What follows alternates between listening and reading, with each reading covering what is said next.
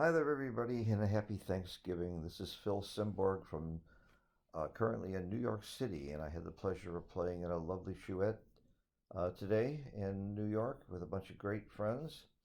And we had a lot of very interesting positions that we disagreed about, and we bet on many of them. And I blew a couple and got a few right. And I'm going to show you these 10 positions, and I'm going to show them quickly. So be ready to pause um, your video so that you have more time.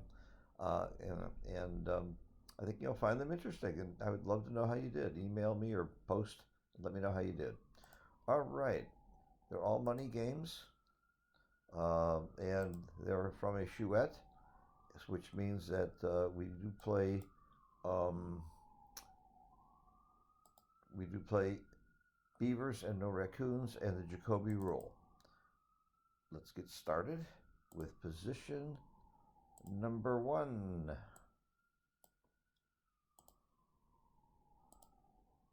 Uh, Blue holds the 2 cube, and white simply has a 5-3 to play. What's your play? Fortunately, I was blue, and fortunately, my opponents played it wrong.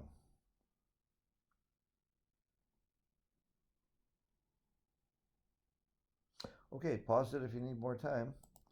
The proper play is to hit inside and make the 2 point. Uh, my opponents made this play, made the outside prime, thinking that I would crack. I actually won a side bet on this. And of course, I was thrilled when they made this play. I was dying to roll a 2 and make the 3 point, which would give me an incredibly strong game. I didn't make the 3 point, but I still won the game. Okay, next one.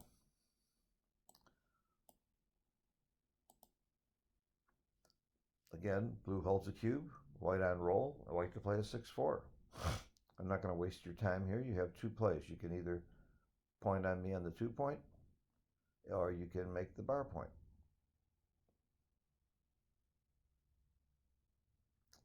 And I have to tell you, I was blue, so I didn't have to make this play, but I would have made the wrong play. I have to admit I got this wrong. The right play,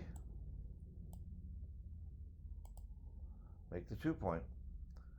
It's not a huge error, 4%. I'm sure if I rolled it out, we'd get a little more accurate, but I'm not going to take that much time. It's 4 o'clock in the morning, and I've got lessons in another chouette today, and then I'm going to be hopping out to Philadelphia for Thanksgiving, and then I hope to see many of you at the wonderful California Open in LA, December 5th through, I'm sorry, December 8th through 11th, and my birthday is December 7th. I often celebrate my birthday in LA.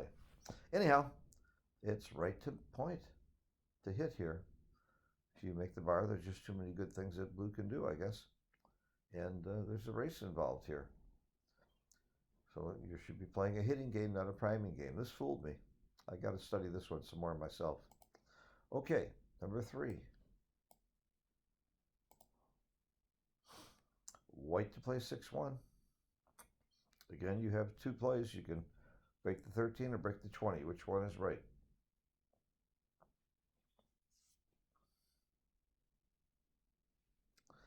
And I would have played this one correctly if I had been playing it. And you come off the back, because one thing, if you get hit there, you will often have a return shot unless he has a pick and pass. And if you get away with it, it's easier to extract the last checker. Okay, every game is still a race. Even if the race is close, it's your best bet here. You don't have time to just play a holding game and wait for that shot. Okay, number four. This is blue to play double 3 and a bear off play.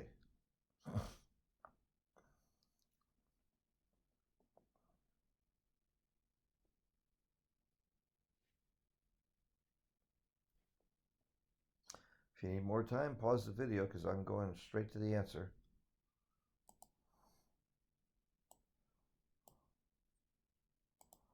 Okay, the answer is to take one checker off. Leave 3 checkers on the 5-point. One player suggested just ripping 4 checkers off the 3-point. Where is that? Here it is. A .828 error. When in doubt, peel, but it doesn't apply when you're going to leave a hell of a lot of shots as a result. How you going to play your threes? You're going to have a pretty bad gap for a while. And I like leaving the 3rd checker there. There's just a whole lot fewer shots. It seems like there could be an argument that that's double jeopardy. You just got to go through the numbers. Okay, let's go to number 5.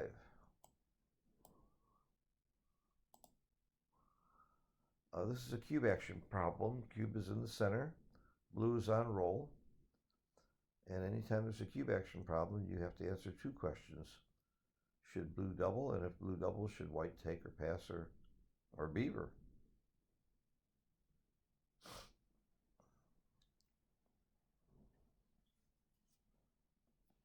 Would you double?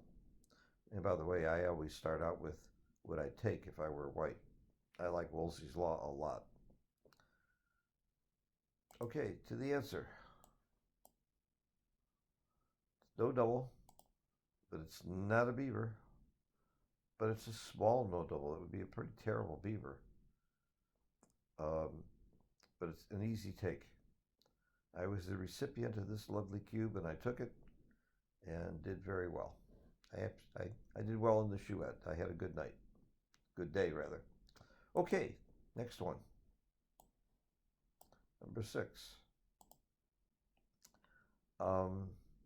White on roll, cube action. Should white double? Should blue take or pass?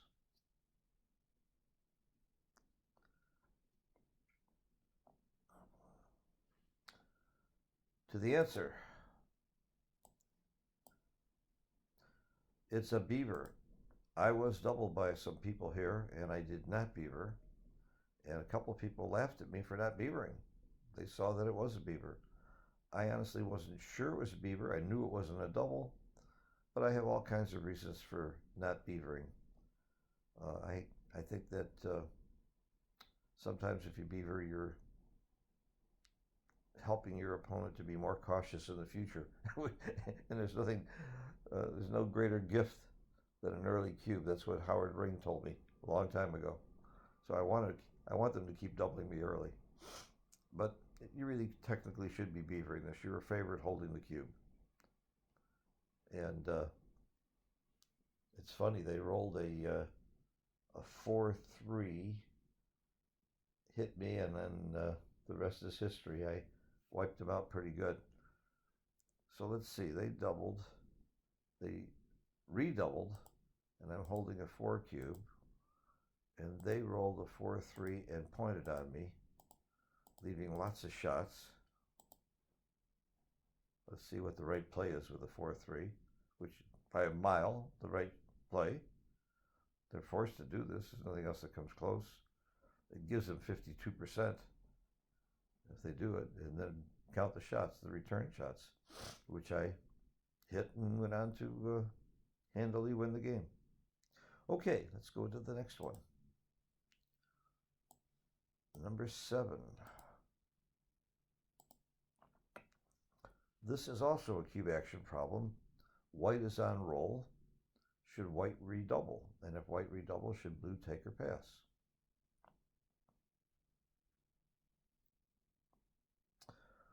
All right, I got to admit, I got this one wrong. I'll show you the answer. I thought it was a take. I thought you had enough to take this cube. And I know where I went wrong. Where I went wrong was that there's 16 times that white doesn't get by, and you'll hit it around 30%, so you give yourself 5 wins from that, and I thought I'd have a few more wins from gammons. My problem is that when he doesn't get by and you hit with this board, you don't win all those times. And I failed to recognize the importance of the weakness of my board. This would be a huge take. Look at this number. I win 17%. It's a big pass. You make yourself a good board here, where when you do hit, you do have something decent. Oops. You got to have a great board here. This would be a take. No, right on the edge. Pretty good reference position. Pretty good reference position. Right on the edge, which means that if the race were just a little bit better, then you have a take. This is the way you learn these kinds of things. You keep coming up with variations until it becomes a take, and then you'll understand better why that original position was such a big pass. So I blew it. I took it, and I lost. Okay, let's move on. Number 8.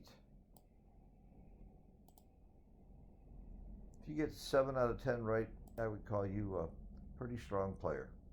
Okay, white is on roll, and cube action. Should white double? White double, should blue take or pass?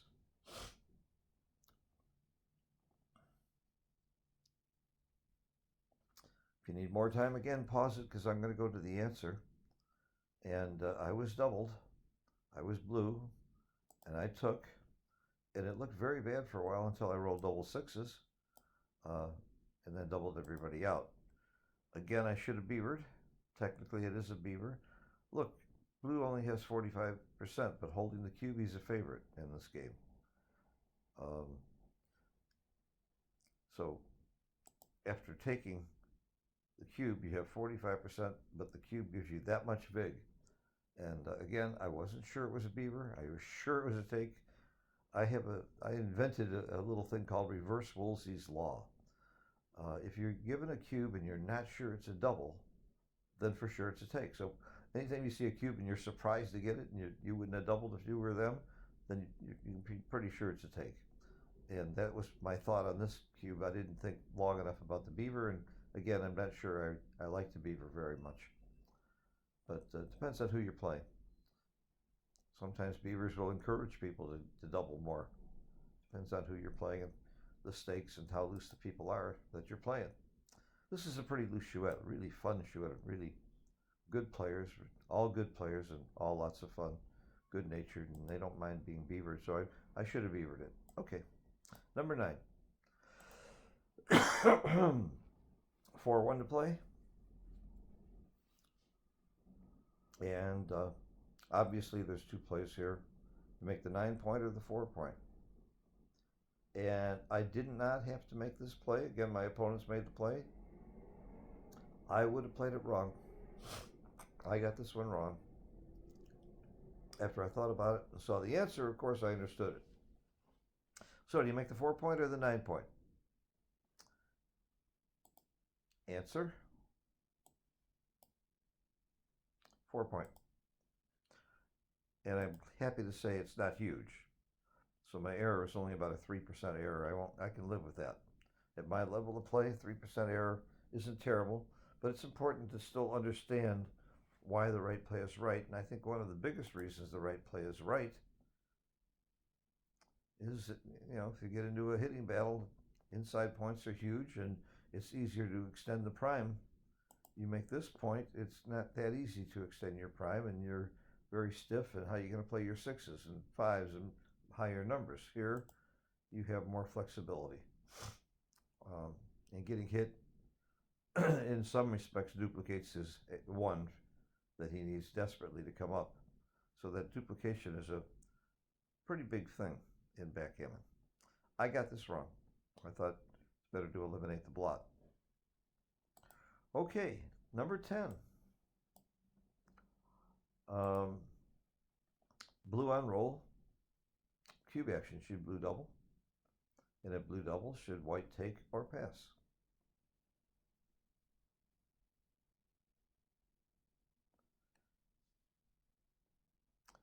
Well, take a good look at white's position.